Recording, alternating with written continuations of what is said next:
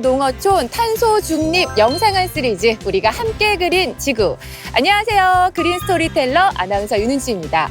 우리가 어떤 제품이나 에너지를 사용할 때면 이산화탄소를 비롯해서 온실가스가 배출되고 그러면 우리 눈에는 보이지 않는 발자국을 지구에 남기게 되는데요. 이것을 탄소 발자국이라고 합니다. 자, 이런 탄소 발자국을 줄이는 탄소 중립 생활을 실천하면서 기후 위기를 새로운 기회로 만들어가고 있는 그린 히어로들이 바로 이곳에 있다고 하는데요. 지금 바로 만나보시죠. 국민과 함께 농촌과 농업의 새로운 가치를 창출해가고 있는 국립농업과학원에 제가 직접 방문을 했는데요. 자, 지금 제 옆에는요. 오늘의 그린 히어로 첫 번째 주인공이 나와주셨습니다. 안녕하세요. 안녕하세요. 안녕하세요. 국립농업과학원 기후변화 평가가에 근무하는 이선일입니다.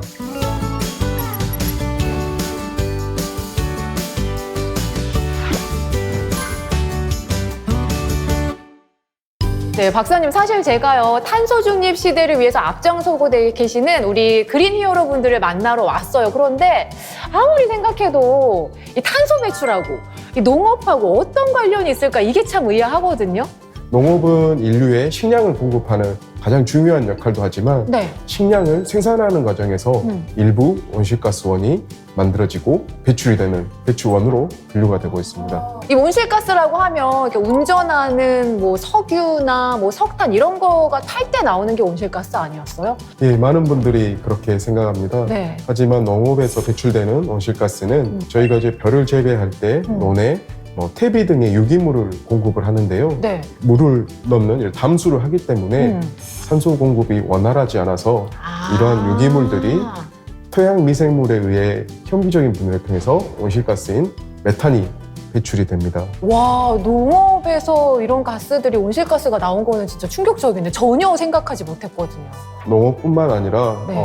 우리나라 전 분야의 총 온실가스 배출량은 2018년 기준 네. 약 7억 2,700만 톤으로 평가가 되고 있고요. 30여 년 전보다 약 네. 150% 증가를 하였습니다. 30년 전보다 150%요? 그럼 네. 엄청난 거 아니에요? 그래서 전 세계 기준으로 네. 평가를 해보았을 때에는 우리나라의 온실가스 배출량이 11번째로 높은 것으로 평가가 되고 있기에 위에서부터 11등? 그게 예. 상위권이 좋은 게 아니죠. 지금 칭찬하는 거 아니죠. 그죠? 예. 그래서 음. 정부에서는 2030년까지 2018년의 배출량 대비 40% 줄이는 목표를 제시를 하였고요. 적은 숫자가 아니거든요, 진짜. 네, 네. 이제 농업은 인류의 식량을 공급해야 되기 때문에 지속적으로 생산을 해야 되겠고 또한 생산하는 과정 중에서 온실가스가 배출이 되기 때문에 이 숫자의 감축 목표를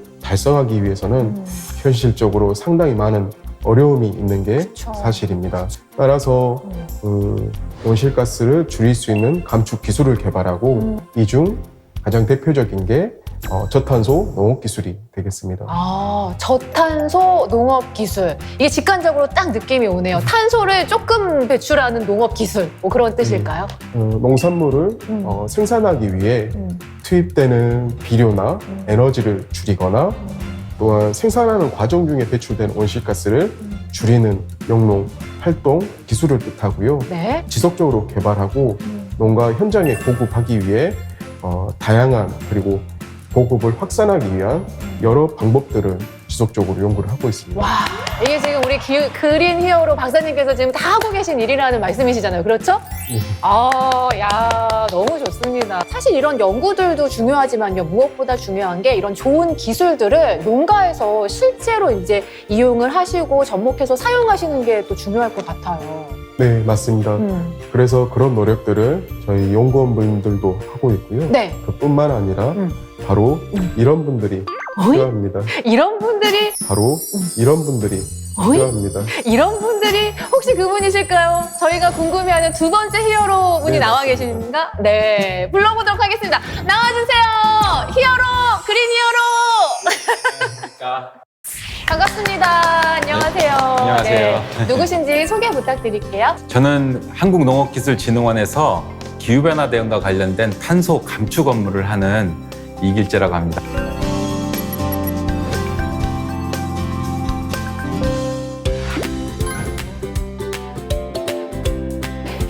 한국농업기술진흥원에서 근무 중이신 거잖아요. 네. 그곳이 어떤 일을 하는 곳인가요? 네, 저희 한국농업기술진흥원은 민간이나 대학 그리고 농촌진흥청에서 개발된 농업기술을 보급하고 활성화하는 업무들을 하고 있는데요. 그 아까 말씀해 주셨던 저탄소 농업기술이라는 것을 민간에 보급을 하고 그걸 확산하는 업무를 하고 있습니다. 네. 그러니까 박사님이 만들어 주시면 그 기술을 팀장님께서 예. 실제로다가 이제 그렇죠. 농가분들께 중요한 역할을 하고 계십니다. 그러면은 감축 사업이라고 하셨잖아요. 네, 어떤 네. 감축 사업? 네. 네. 지금 온실가스 감축 사업으로 운영되고 있는 게 두 가지 제도가 있는데요. 하나는 농식품부가 주관하는 자발적 온실가스 감축 사업이라는 게 있고요. 또 하나는 국가 전체에서 이제 관장하는 배출권 거래제 외부 사업이라는 게 있습니다.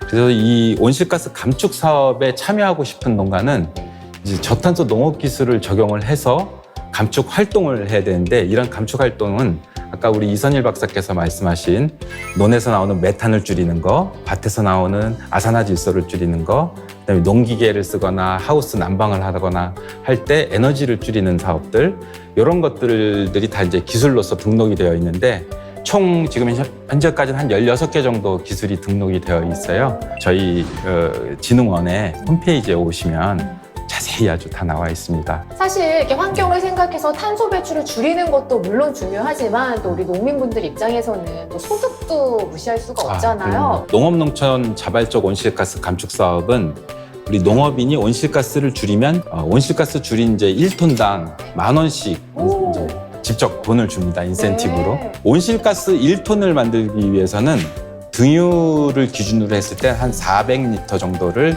때우면은 온실가스 1톤이 발생을 합니다. 그리고 이 400리터의 가격은 한 30만 원에서 40만 원 정도 수준이 돼요. 그래서 1톤을 줄이면 인센티브는 10,000원에서 2, 3만 원 가져가지만 사실은 에너지를 줄이는 비용 40만 원을 줄일 수 있는 그런 효과가 있는 거죠. 아니 그렇게 비유를 해주시니까 딱 네. 체감이 되네요. 그렇죠. 예. 아니 그러면은 탄소 배출량도 줄이면서 인센티브까지 챙기면 뭐 2마리 토끼를 그냥 다 가져갈 수 있는 굉장히 착하고 좋은 사업인 것 같아요. 실질적으로 이 자발적으로 어느 정도의 농가가 좀 참여를 하고 있는 상황인가요? 네. 지금 농업농촌 자발적 온실가스 감축 사업은 지금까지 한 760여 농가가 참여를 해서 매년 한 15,000톤씩 줄여 나갑니다. 그러니까 인센티브도 1억 5천만 원 정도가 이제 매년 지급이 되고요.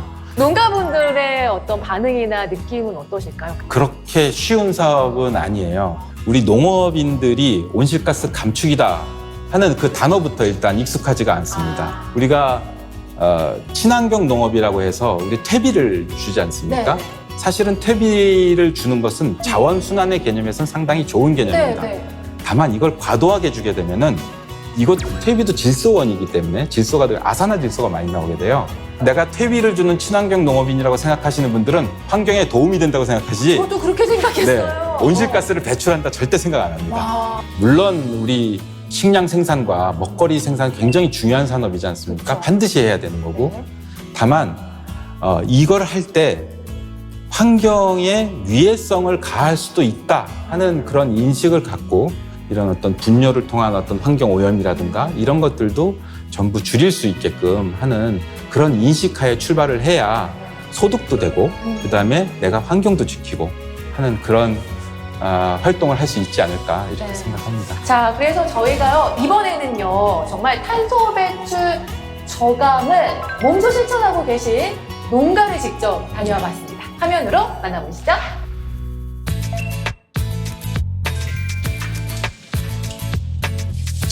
안녕하십니까. 우듬지 파매 김호연입니다. 저희 우듬지 팜은 35,000평 정도를 1년 연중 내내 도마도를 생산하고 있습니다. 경유 석유를 통해서 이제 화석연료를 통해서 난방을 하게 되면 연간 약 4억 정도 비용이 발생을 합니다. 공기열 히터펌프를 가지고 냉방과 난방을 다 해도 1년에 1억 미만 정도의 경비가 발생을 합니다. 제가 2006년도에는 화석연료를 섬으로 해서 우리한테 이제 일어날 수 있는 여러 가지의 좋지 않은 환경적인 요인들이 추가됐던 거였죠. 그래서 비용도 절감할 수 있고, 그다음에 환경도 만들어갈 수 있는 두 가지를 동시에 잡을 수 있는 가장 좋은 방법이었다고 생각을 하고 동절기 농사를 하기 위해서는 화석연료를 가지고 난방을 해서 농사를 짓는 것보다는 히트펌프를 통해서 비용도 절감하고 그다음에 환경도 개선할 수 있는 이런 걸 통해서 농사를 지으면 훨씬 더 수익률이 올라가지 않을까 이런 생각이 듭니다. 네, 이렇게 해서 오늘의 마지막 세 번째 그린 히어로까지 화면으로 만나보셨는데요. 아니, 팀장님 화면을 보니까요. 이 공기열 히트 펌프가 어떤 원리로 이렇게 작동이 되는 건지 좀 궁금해요. 기존의 방식으로 하면은 이제 그냥 경유라든가 등유 보일러를 써서 네. 이제 따뜻하게 하지 않습니까?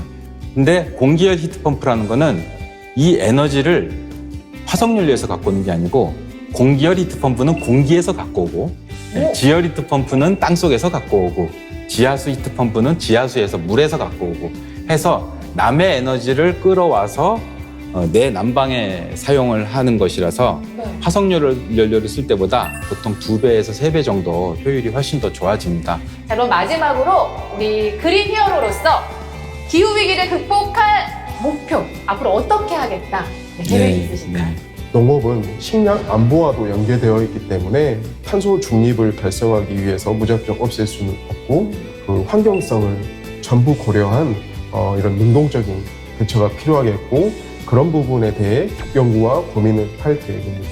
우리 특히나 우리 농업이라는 것이 온실가스 배출만 하는 곳이 아니고 농경지 토양을 통해서 탄소를 저장을 할 수 있고 그다음에 축산 분뇨나 이런 그런 환경 폐기물, 기존에는 환경 폐기물이었던 것을 에너지원으로 바꿔서 연료로 사용함으로 인해서 그다음에 이 에너지 소스로도 바라볼 수 있는 자원순환의 개념으로 우리 농업을 쳐다볼 수 있는 그런 계기가 될 것이라고 믿습니다. 네, 이렇게 해서 오늘은요, 기후 위기를 기회로 만들어 나가고 있는 세 분의 그린 히어로들을 만나봤습니다. 한 사람, 한 농가, 한 기업, 또 그리고 국가까지 정말 각자의 자리에서 이 온실가스를 줄이려는 노력들이 얼마나 중요한지 느낄 수가 있었고요. 또 거대한 기후변화 앞에서 불안함과 위기감은 크지만 함께 공감하고 또 나아간다면 이 위기를 새로운 기회로 바꿀 수 있을 거라는 확신이 들었습니다. 자, 그럼 저희는 여기서 이만 인사드리도록 할게요. 시청해주셔서 고맙습니다.